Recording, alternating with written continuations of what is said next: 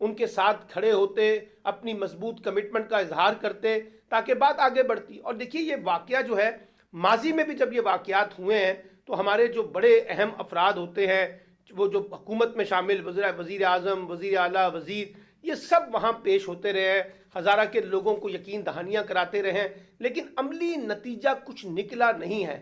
ہزارہ کے لوگ وہاں بڑے اپنے آپ کو غیر محفوظ سمجھتے ہیں. اور پھر یہاں دیکھیے کہ اس میں جو بلوچ قوم پرست ہیں, ان کے اندر بھی اس مسئلے کے بارے میں کوئی بڑی جذباتیت نظر نہیں آتی. لگتا یہ ہے کہ بلوچ قوم پرست یہ سمجھتے ہیں کہ ہم تو محفوظ ہیں, یہ ہزارہ کے لوگ ہیں, اگر یہ نشانہ بن رہے ہیں تو بنتے رہیں. تو ہمیں وہ گرم جوشی بھی جو بلوچ قوم پرستوں کی طرف سے نظر آنی چاہیے تھی, اس کا بھی فقدان نظر آتا ہے. ایک بات. دوسری بات یہ ہے کہ دیکھیے میری اطلاعات کے مطابق جس وقت آپ یہ ویڈیو سن رہے ہوں گے, معاملہ کافی حد تک ریزالو ہو چکا ہوگا, دھرنا ختم ہو چکا ہوگا, حکومت اور جو وہاں مظاہرین ہیں ان کے درمیان کوئی مفاہمتی عمل جو ہے وہ پورا ہو جائے گا, اور پھر وزیر اعظم بھی وہاں جائیں گے. کب جاتے ہیں؟ دفنانے سے پہلے جاتے ہیں, دفنانے کے بعد جاتے ہیں, لیکن یہ نظر آ رہا ہے کہ آج رات گئے تک یہ معاملہ ریزالو ہو جائے گا. اور لیکن یہ ریزالو ہوگا صرف دھرنا ختم ہوگا, اور وہاں جو لوگوں کو قتل کیا گیا ہے ان کو دفنا دیا جائے گا. لیکن اس واقعے کو کیسے ہم نے ٹریس آؤٹ کرنا ہے؟ اور دیکھیے یہ بڑا آسان ہوتا ہے حکمران طبقے کے لیے کہ وہ اپنی ناکامیوں کو تسلیم کرنے کی بجائے اس کو بیرونی سازشوں کے ساتھ جوڑ دیں, ہندوستان کے ساتھ جوڑ دے, پاکستان کے مخالفین کے خلاف جا کے جوڑ دے.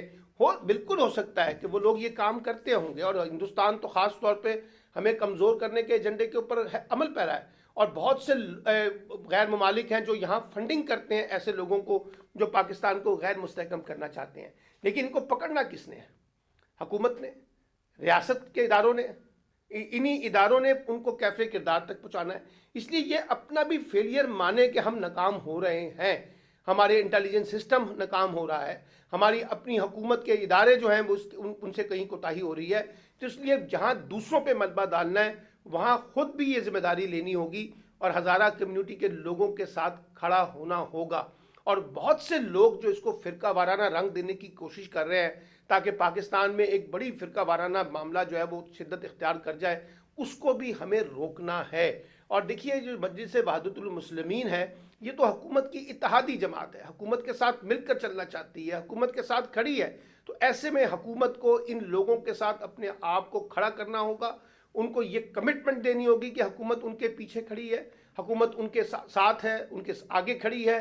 اور اسی طریقے سے ریاستی اداروں کو بھی انشور کرنا ہوگا کہ جو لوگ بھی اس پورے ان واقعات میں ملوث ہیں ان کو سامنے لائیں, ان کو کیفرے کردار تک پہنچائیں. اور یہ اس لیے ضروری ہے کہ اگر اب ہم نے دہشت گردی کو یہاں نہ روکا اور اس میں تھوڑی سی بھی ہم نے کوتاہی کا مظاہرہ کیا تو یہ دہشت گردی کے واقعات آگے بڑھیں گے, اور یہ پھر ایک خاص علاقے تک محدود نہیں رہیں گے بلکہ اس کا پھیلاؤ جو ہے وہ آگے بڑھے گا. اور میں بار بار انڈیکیٹ کرتا رہا ہوں کہ یہ جو فرقہ وارانہ معاملات ہیں اس کی شدت پیدا کرنا پاکستان کے دشمن ممالک کا ایک بڑا ایجنڈا ہے کہ کسی طریقے سے پاکستان کے اندر فرقہ وارانہ فسادات کو ابھارا جائے, اس کے نتیجے میں یہاں ٹکراؤ پیدا کیا جائے, اس کے نتیجے میں پاکستان کو غیر مستحکم کیا جائے.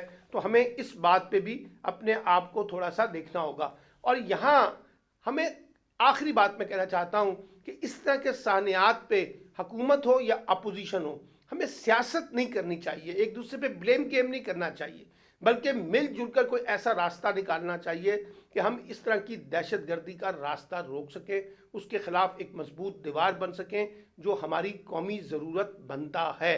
اور یہ میں اس لیے کہہ رہا ہوں کہ اب یہ جو ہم ایک دوسرے کے ساتھ الجھ جاتے ہیں, ٹکراؤ پیدا کرتے ہیں, محاذرائی پیدا کرتے ہیں, پولیٹیکل سکورنگ کرنا چاہتے ہیں ایک دوسرے کے خلاف, اس کے نتیجے میں بنیادی طور پر یہ کامیابی دہشت گردوں کو ملتی ہے, کیونکہ دہشت گرد آپ کو تقسیم کرنا چاہتا ہے سیاسی بنیادوں پر, مذہبی بنیادوں پر, فرقوں کی بنیاد پر. جب وہ تقسیم ہوتا ہوا آپ کو دیکھتا ہے, ایک دوسرے سے ٹکراؤ اور الجھاؤ میں دیکھتا ہے, تو اس کا ایجنڈا زیادہ کامیاب ہوتا ہے بنسبت کہ ہمارا ایجنڈا جہاں ہمیں اپنے آپ کو جوڑنا ہے. اس لیے یہ ایک بڑا قومی سانحہ ہے, اس کی جتنی بھی مذمت کی جائے کم ہے, لیکن اب اس سے ڈیل کرنے کے لیے ہمیں ایک مربوط قسم کی پالیسی درکار ہے, ایک مضبوط قسم کا اتفاق رائے درکار ہے. اور اگر یہ ہوگا تو پاکستان دہشت گردی کو ختم کرنے میں کلیدی کردار ادا کرے گا. لیکن اگر ہم نے ٹکراؤ کے ساتھ آگے بڑھنے کی کوشش کی، تضادات کے ساتھ آگے بڑھنے کی کوشش کی، تو اس کا فائدہ براہ راست دہشت گرد قوتیں اٹھانے کی کوشش کریں گی۔